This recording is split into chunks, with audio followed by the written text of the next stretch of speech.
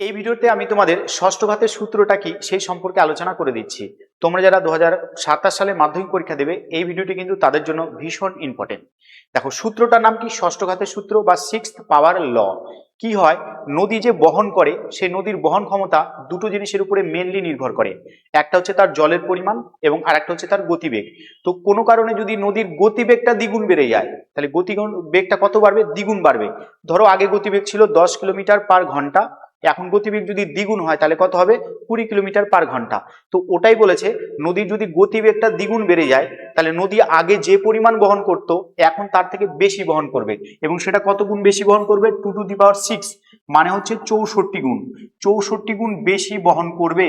এই যে সূত্রটা, যে নদীর গতিবেগটা দ্বিগুণ বাড়লো এবং তার বহন ক্ষমতা 2⁶ বা 64 গুণ বৃদ্ধি পেল, এটাকে বলা হয় ষষ্ঠ ঘাতের সূত্র। এটাকে কি বলা হয় না? ষষ্ঠ ঘাতের সূত্র বলা হয়। বিজ্ঞানী ডাব্লিউ হপকিন্স 1842 সালে কিন্তু এই ষষ্ঠ ঘাতের সূত্রটা আবিষ্কার করেছিলেন। তাহলে এখানে মেনলি সম্পর্কটা কিসের সাথে কিসের? নদীর গতিবেগের সাথে নদীর বহন ক্ষমতার সম্পর্ক।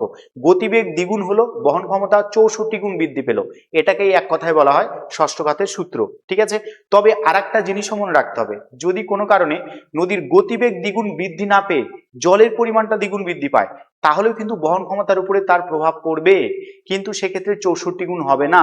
অর্থাৎ এই ক্ষেত্রে যদি জলের পরিমাণটা দ্বিগুণ বাড়ে বহন ক্ষমতাটাও দ্বিগুণ বৃদ্ধি পাবে, সেটাকে কিন্তু কোনো সূত্র বলা হয় না।